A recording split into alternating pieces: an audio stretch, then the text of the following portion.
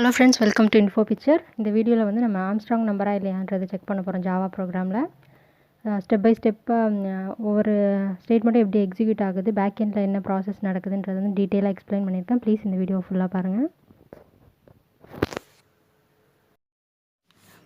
இப்போ இந்த ப்ரோக்ராமை ஸ்டார்ட் பண்ணுறதுக்கு முன்னாடி இந்த 3 விஷயம் என்னென்னு நம்ம ஃபஸ்ட்டு பார்க்கலாம்.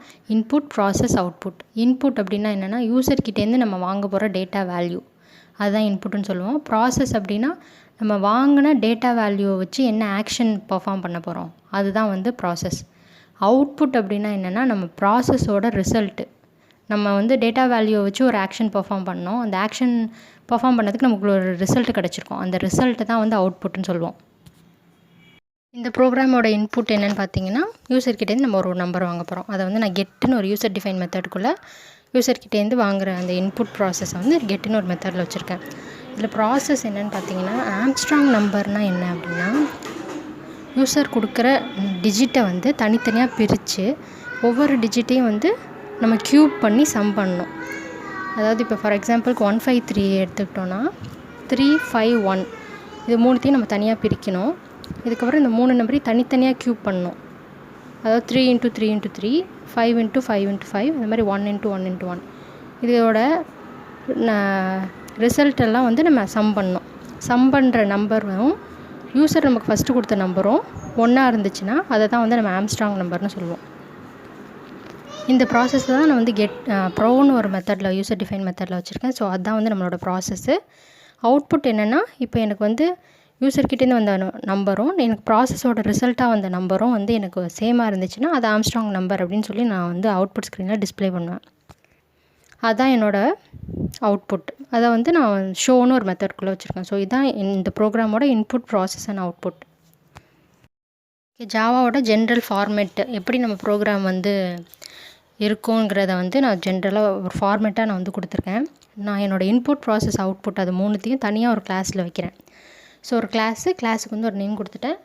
அதுக்குள்ளே வந்து ப்ராப்பர்ட்டிஸ் அப்படின்றது என்னென்னா நம்ம இன்புட் யூசர்கிட்டேருந்து வாங்குகிறோம்ல, அதை வந்து ஒரு இடத்துல நம்ம ஸ்டோர் பண்ணி வைப்போம். அதை வந்து வேரியபிள்ஸ்னு சொல்லுவோம். அந்த வேரியபிள்ஸை டிக்ளேர் பண்ணுறது, அதாவது க்ரியேட் பண்ணுறதுன்னு வச்சுக்கோங்களேன், அதுதான் வந்து ப்ராப்பர்ட்டிஸ்னு இங்கே மென்ஷன் பண்ணியிருக்கேன்.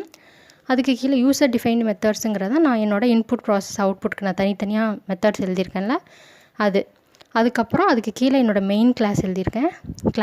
அதுக்கு ஒரு நேம் கொடுத்துட்டேன்.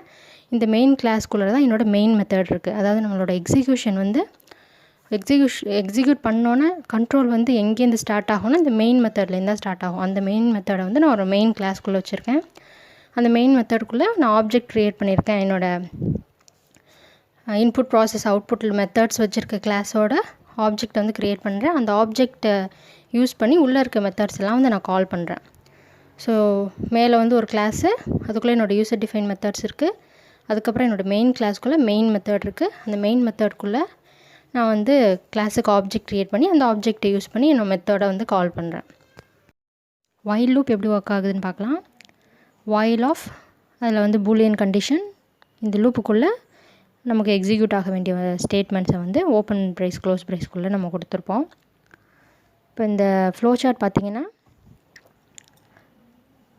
ஃபஸ்ட்டு கண்டிஷன் வந்து செக் பண்ணோம். அது உள்ளே இருக்க கண்டிஷன் வந்து உங்களுக்கு ட்ரூ ஆனிச்சுன்னா லூப்புக்குள்ளே நம்மளோட ஸ்டேட்மெண்ட் எக்ஸிக்யூட் ஆகிறதுக்கு நம்ம எழுதியிருக்க ஸ்டேட்மெண்ட் வந்து எக்ஸிக்யூட் ஆகும். எக்ஸிக்யூட் ஆனோன்னே திரும்ப வந்து கண்டிஷன் செக் பண்ணோம். கண்டிஷன் ஃபால்ஸாக இருந்துச்சுன்னா வெளில வந்துடும். இல்லை கண்டிஷன் ட்ரூவாக இருந்துச்சுன்னா திரும்ப நம்மளோட ஸ்டேட்மெண்ட் எக்ஸிக்யூட் ஆகும். திரும்ப கண்டிஷன் செக் பண்ணோம், திரும்ப ஸ்டேட்மெண்ட் எக்ஸிக்யூட் ஆகும் ட்ரூவாக இருந்தால். அந்த மாதிரி இந்த கண்டிஷன் ஃபெயில் ஆகிற வரைக்கும் நம்மளோட ஸ்டேட்மெண்ட் வந்து இந்த லூப்குள்ளேயே சுற்றிட்டு இருக்கும். ஸ்டேட்மெண்ட் வந்து எக்ஸிக்யூட் ஆகிட்டே இருக்கும். ரிப்பீட்டடாக ஸ்டார்ட் பண்ணலாம். எப்போ இந்த கண்டிஷன் வந்து ஃபால்ஸ் ஆகுதோ அப்போ வந்து இந்த லூப்பை விட்டு வெளியே இம்போர்ட் ஸ்டேட்மெண்ட் கொடுத்துருக்கேன். வந்து வைல் லூப் பேக்கேஜ் வந்து இம்போர்ட் பண்ணியிருக்கேன். ஏன்னா ஐஓவில் இருக்க BufferedReaderனு ஒரு கிளாஸை வந்து நான் என்னோடய இன்புட்டை கெட் பண்ணுறதுக்கு யூஸ் பண்ணுறேன். அதனால் அதுக்கப்புறம் என்னோடய ப்ராப்பர்ட்டிஸை டிக்ளேர் பண்ணுறேன், அதாவது வேரியபிள்ஸ் டிக்ளரேஷன். எனக்கு வந்து என்னென்ன வேரியபிள்ஸ் வேணும்னா ஃபஸ்ட்டு யூசர்கிட்டேருந்து ஒரு நம்பர் வாங்க போகிறேன் n. அதுக்கப்புறம் எனக்கு வந்து அந்த ப்ராசஸ் பண்ணுறதுக்கு டிஜிட்டாக பிரிப்பேன். அது வந்து ஆர்னு ஒரு வேரியபிளும், அதெல்லாம் வந்து சம் பண்ணி வைக்கிறதுக்கு வந்து எஸ்ன்னு ஒரு வேரியபிளும். அதுக்கப்புறம் நான் யூசர்கிட்டேருந்து வாங்குகிற நம்பரை வந்து ஒரு இடத்துல நான் காப்பி எடுத்து வைப்பேன். ஸோ நான் கடைசியாக நான் செக் பண்ணிக்கிறதுக்காக அது வந்து ஒரு வேரியபிள் m. மொத்தம் 4 வேரியபிள் வந்து நான் இன்டிஜர் டைப்பில் டிக்ளேர் பண்ணுறேன். அதுக்கப்புறம் void get. நம்ம வந்து எங்கே இன்புட்டு எழுதுகிறோமோ, இன்புட் வாங்கிறதுக்கான ஸ்டேட்மெண்ட்ஸ் எழுதுகிறோமோ அந்த இடத்துல வந்து நீங்கள் எக்ஸெப்ஷன் ஹேண்டில் பண்ணிடுங்க. ஸோ த்ரோஸ் எக்ஸெப்ஷன் நான் கொடுத்துருக்கேன். அதுக்கு கீழே வந்து பஃபர் ரீடர் யூஸ் பண்ணி யூசர்கிட்டேருந்து நான் வந்து இன்புட் வாங்கி அது என்னன்ற வேரியபிளில் வந்து வச்சிடறேன். அதுக்கு கீழே என்னோடய ப்ராசஸ் மெத்தட் எழுதியிருக்கேன் void.proன்னு. இதில் வந்து நான் while loop யூஸ் பண்ணி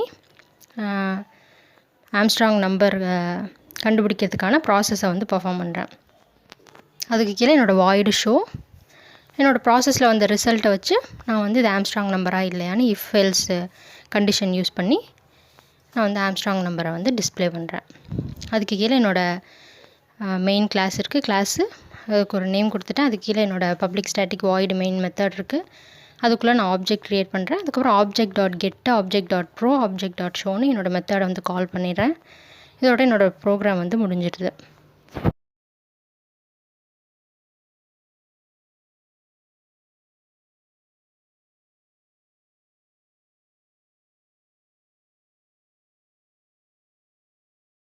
ப்ரோக்ராமை வந்து .java எக்ஸ்டென்ஷனில் சேவ் பண்ணுங்கள். அதுக்கு ஒரு கமாண்ட் ப்ராம்ப்ட் ஓப்பன் பண்ணிக்கோங்க. நீங்கள் ஜாவா ஃபைல்ஸை எங்கே சேவ் பண்ணி வச்சுருக்கீங்களோ அந்த இடத்துக்கு வந்து அந்த பாத்துக்குள்ளே போய்க்கோங்க. சிடி ஸ்பேஸு அந்த பாத்தை காப்பி பண்ணி பேஸ்ட் பண்ணிட்டு என்டர் பண்ணிங்கன்னா அந்த இடத்துக்கு வந்து உங்களோட கமாண்ட் ப்ராம்ப்டில் இருக்க ஃபோல்டர் வந்து மூவ் ஆயிரும்.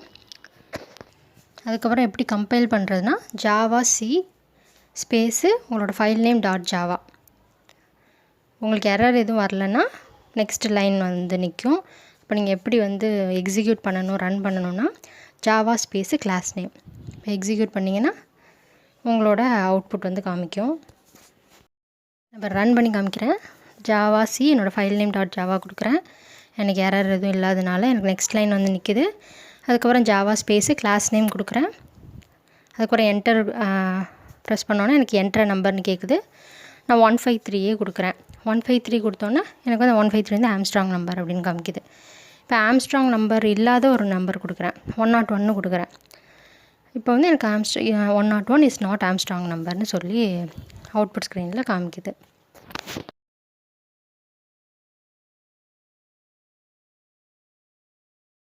இப்போ எக்ஸிக்யூஷன் பார்ட் வந்து எப்படி ஒர்க் ஆகுதுன்னு பார்க்கலாம். ஃபஸ்ட்டு நம்ம எக்ஸிக்யூட் பண்ணுறப்ப ஜாவா ஸ்பேஸு கிளாஸ் நேம் கொடுத்த உடனே நம்மளோட கண்ட்ரோல் வந்து மெயின் மெத்தடுக்கு வரும். நம்ம மெயின் மெத்தட் எங்கே எழுதியிருக்கோமோ அந்த கிளாஸுக்குள்ளே வருது. கிளாஸு நான் வந்து ஆம்ஸ்ட்ராங் மெயின்னு கிளாஸ் நேம் கொடுத்துருக்கேன். இங்கே இருக்க மெயின் மெத்தடில் வந்து பப்ளிக் ஸ்டாட்டிக் void main. பப்ளிக்ன்றது நம்ம எதுக்காக வந்து கொடுக்குறோன்னா அது வந்து ஒரு ஆக்சஸ் ஸ்பெசிஃபையர். நீங்கள் வந்து அவுட் சைட் தி கிளாஸு இந்த ப்ரோக்ராமை வந்து கால் பண்ணுறதுக்கு வந்து நம்ம வந்து அந்த விசிபிலிட்டி கொடுக்கணும். அதனால் வந்து பப்ளிக்னு கொடுக்குறோம். ஸ்டாட்டிக் அப்படின்னா என்னென்னா நீங்கள் வந்து ஒரு மெத்தடை ஸ்டாட்டிக்னு சொல்லிட்டிங்கன்னா நீங்கள் அதுக்கு வந்து ஆப்ஜெக்ட் க்ரியேட் பண்ண தேவையில்ல. கிளாஸ் நேம் யூஸ் பண்ணி அந்த ப்ரோக்ராம் வந்து நம்ம ஆக்சஸ் பண்ணிக்க முடியும். void எதுக்காகனா அந்த ப்ரோக்ராம் வந்து உங்களுக்கு எந்த வேல்யூவும் ரிட்டர்ன் பண்ணாது. ஸோ void மெயின்ன்றது தான் வந்து கீவேர்டு. அந்த கீவேர்ட்லேருந்து உங்களோட கண்ட்ரோல் வந்து ஸ்டார்ட் ஆகும். இதுக்குள்ளே வந்து நம்ம ஆர்குமெண்ட்ஸ் பாஸ் பண்ணியிருப்போம். அதுக்கப்புறம் எக்ஸெப்ஷன் ஹேண்டில் பண்ணியிருக்கேன். எப்பொழுதுமே மெயின் மெத்தட்லேயும் உங்கள் எக்ஸெப்ஷன் ஹேண்டில் பண்ணிடுங்க. அப்போ தான் ஏதாவது எரர் இருந்தாலும் உங்கள் ப்ரோக்ராம் வந்து நார்மலாக டெர்மினேட் ஆகும். ஸோ த்ரோஸ் எக்ஸெப்ஷன் கொடுத்துருக்கேன். இப்போ மெயின் மெத்தடுக்குள்ளார என்னோடய கிளாஸு அதாவது ஆம்ஸ்ட்ராங் கிளாஸுக்கு நான் ஒரு ஆப்ஜெக்ட் க்ரியேட் பண்ணுறேன். Equal to new Armstrong of அந்த லைன் எக்ஸிக்யூட் ஆன உடனே அந்த ஆம்ஸ்ட்ராங் கிளாஸுக்குள்ளார உங்களுக்கு கண்ட்ரோல் போகும். அங்கே இருக்க வேரியபிள்ஸ்க்கு வந்து இனிஷியலைஸ் ஆகும். அங்கே வந்து நான் 4 வேரியபிள்ஸ் கொடுத்துருக்கேன். இப்போ எனக்கு பேக் எண்டில் அந்த 4 வேரியபிளுக்கும் வந்து மெமரி அலோகேட் ஆகும். 4 வேரியபிளுக்கும் வந்து 0ன்னு இனிஷியலைஸ் ஆகுது.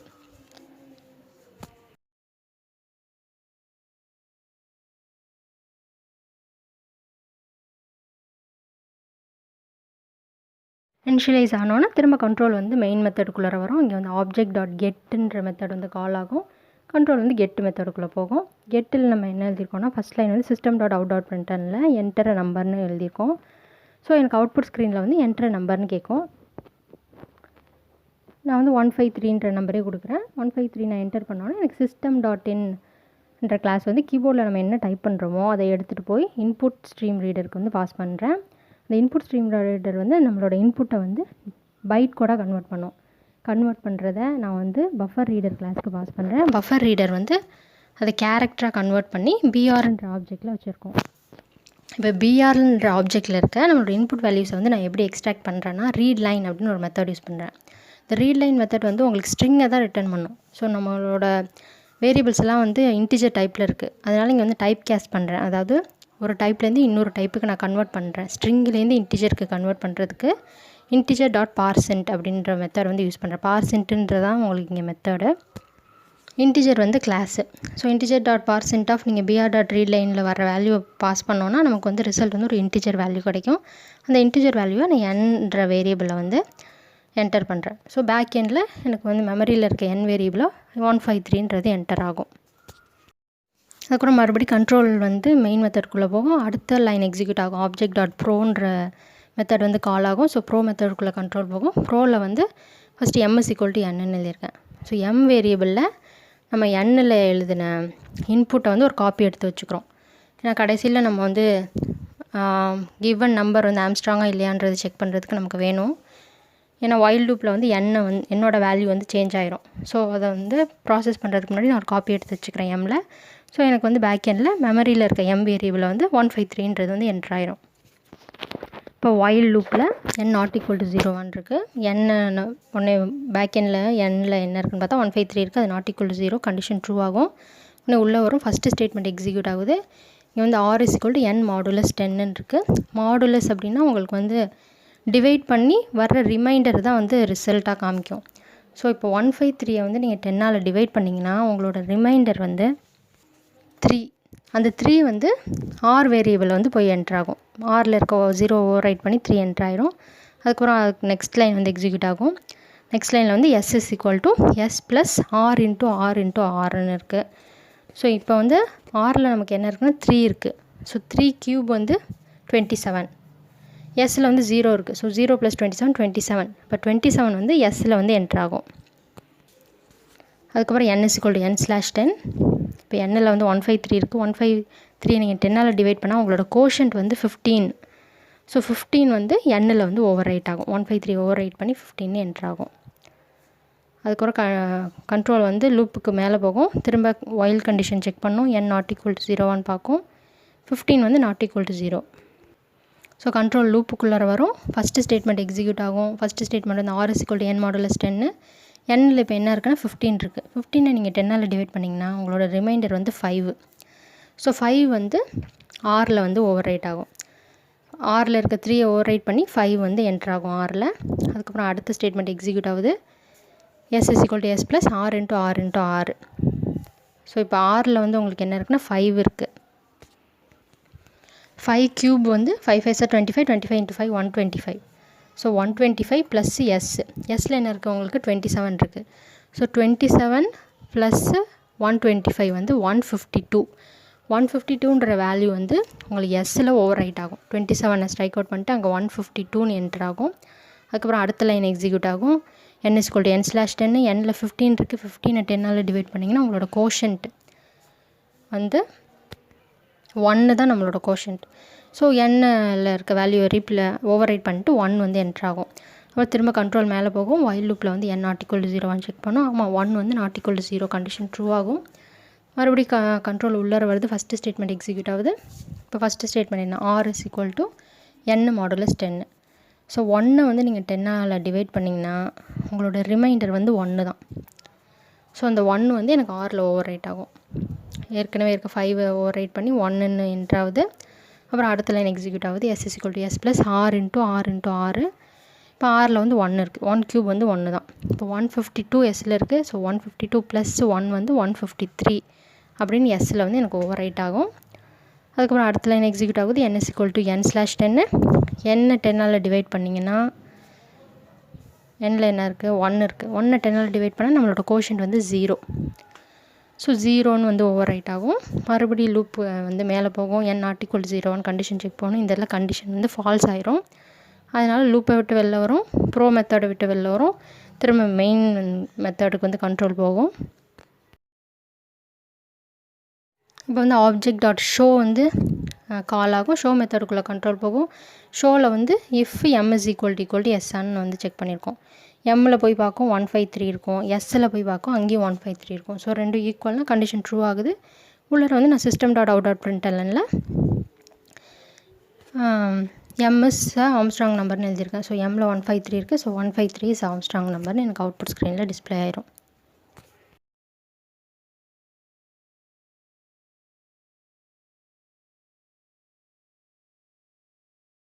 தேங்க்ஸ் ஃபார் வாட்சிங் ஃப்ரெண்ட்ஸ். ப்ளீஸ் சப்ஸ்கிரைப் பண்ணுங்கள், ஷேர் பண்ணுங்கள், லைக் பண்ணுங்கள், கமெண்ட் பண்ணுங்கள். தேங்க்யூ.